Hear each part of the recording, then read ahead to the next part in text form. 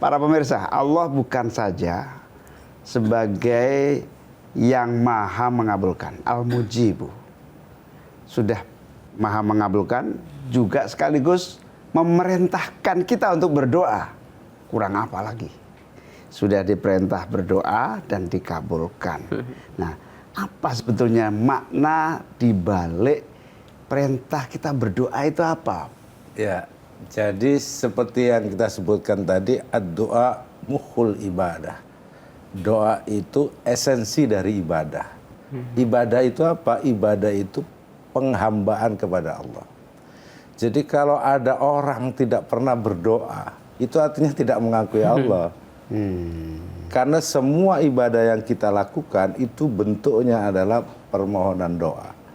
Semua ibadah yang diperintahkan oleh Allah, apakah itu sholat, zakat, haji, semua itu bentuk dari penghambaan. Makanya doa itu utama. Sholat itu intinya doa, mengingat kepada Allah. Syaratnya orang berdoa karena esensi ibadah, maka dia harus mengakui sebagai hamba Allah. Itulah Allah perintahkan kepada hambanya, kepada kita semua, agar hamba itu sadar betul bahwa dirinya itu hanya hamba yang harus bergantung, memohon perlindungan, memohon ampunan, memohon rezeki, memohon kemakmuran, memohon apa saja kepada Allah. Bentuk dari penghambaan. Nah, di dalam berdoa sebagai bentuk penghambaan sudah diatur. Nah, ada yang disebut dengan zikir melalui gerakan, dan doa itu disebutnya sholat. Sholat itu doa. Doa. Sholatul zikri. Sholat itu untuk mengingat kepada Allah. Tapi kan kadang-kadang itu tadi yang saya sebutkan, doa harus khaufa wa tama, harus khusyuk dan juga sungguh-sungguh. Tetapi kadangkala sering tidak fokus, itu satu. Yang kedua, apa yang kita minta itu tidak sesuai dengan apa yang kita lakukan. Kita minta selamat tapi selalu berbuat maksiat. Kita minta kaya tetapi tidak bekerja. Kita minta pinter tetapi tidak belajar. Nah, doa itu juga harus selaras dengan apa yang kita kerjakan. Bahkan ada ulama yang memerintahkan untuk dirinci. Kalau kamu minta mobil, sebut mereknya. Gitu. Jadi supaya itu menunjukkan kesungguhan. Kalau ditanya, ya Allah saya minta mobil, kita tanya mobil yang mana, Pak Muhaimin. Kalau kita berdoa kepada Allah tidak detail, itu otomatis usaha kita juga tidak akan detail. Jadi boleh ya berdoa sedetil itu boleh. Spesifik. Bahkan dianjurkan. Bahkan dianjurkan oleh para ulama. Bahkan ada doa yang ini jarang tuh Pak Muhaimin, jarang dilakukan. Ini doa yang dimintakan oleh Nabi Sulaiman. Detail. Bukan hanya detail. Ini doa yang mungkin kita aja malu untuk meminta. Rabbighfirli wa habli mulkan la yambaghi li ahadin min ba'di. Ya Allah, ampuni saya, wahabli, dan berikan kepada saya kerajaan, kekuasaan yang tidak akan ada bandingnya setelah itu. Kita saja malu untuk berdoa seperti itu umat Islam. Padahal Nabi Sulaiman meminta itu, minta kerajaan. Nah, pertanyaannya, Allah memiliki zat, sifat, nama yang maha mengabulkan, dan Allah memerintahkan kita berdoa. Tapi kok banyak doa yang nggak terkabul? Itu persepsi kita. Itu artinya ada syarat-syarat ketika kita berdoa kita tidak penuhi. Syarat rendah hati, syarat kesungguhan, syarat antara doa dengan perilaku kita tidak sama. Bahkan ada puji-pujian yang membuat doa kita manjur. Selain hamdalah, ada juga Allahumma inni as'aluka bi annani asyhadu annaka antallahul wahidul ahadus samad lam yalid wa lam yulad wa lam yakul lahu kufuwan ahad. Jadi pemujaan ketunggalan Allah yang hanya kepada Allah lah kita bergantung. Betul, itu namanya Asmaul A'dzam. Rasulullah juga minta untuk membuka dengan Asmaul A'dzam. Asmaul A'dzam pasti tauhid.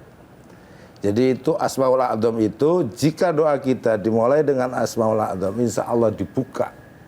Dan kita semua pemirsa yang ada di rumah, apa yang disampaikan ketum ini adalah kalimat pembuka, supaya Allah membuka pintu rahmatnya. Dengan doa kita didengar dan diterima dengan Asmaul Husna, nama-nama yang baik, termasuk nama-nama yang agung, Asmaul A'dzam. Termasuk juga la ilaha illa anta subhanaka inni kuntu minadh dhalimin, itu disebut sebagai Asmaul A'dzam.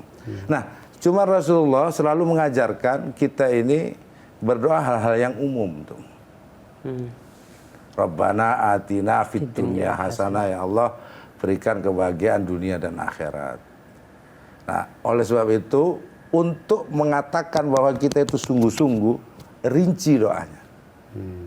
Dirinci.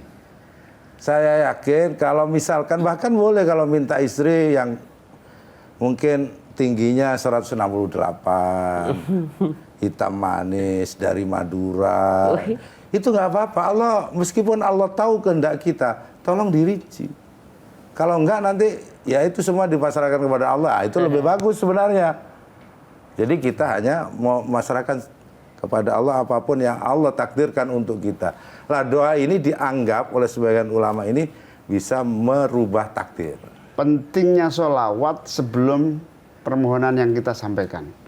Bahkan ada ulama kita yang mengajarkan bahwa sholawat itu bisa menembus arsy untuk mempermudah kabulnya doa. Itu gimana? Persis, karena memang yang Rasulullah, sholawat itu kan pujian kepada Rasulullah sebagai makhluk yang agung, yang dunia ini tidak mungkin tercipta tanpa nur Muhammad.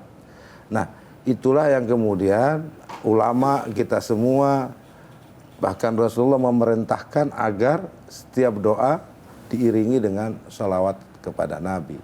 Bahkan kalau di tradisi Nahdlatul Ulama, itu wasilah tidak hanya kepada Nabi, kepada para wali Allah, Syekh Abdul Qadir Jailani, Syekh Abu Hasan Asyadzili. Bahkan kalau orang NU juga Mbah Hasyim Asy'ari, Mbah Bisri Sansuri, itu semata-mata menunjukkan kita kerendahan hati kita kepada Allah. Kita menyebut nama-nama yang orang-orang yang sudah diberikan nikmat oleh Allah. Orang-orang yang dianggap dekat dengan Allah. Malah beberapa kiai menyebut ibaratnya kita mau ketemu presiden, itu kan harus melalui pas pampres, melalui keamanan depan belakang. Ya minimal Menseskap. Nah, itu jadi menuju Allah itu kita juga mendekatkan melalui berbagai keyakinan, melalui para ulama, para wali, para nabi. Persis. Tetaplah bersama kami dalam Asmaul Husna, insya Allah berkah. Alhamdulillah.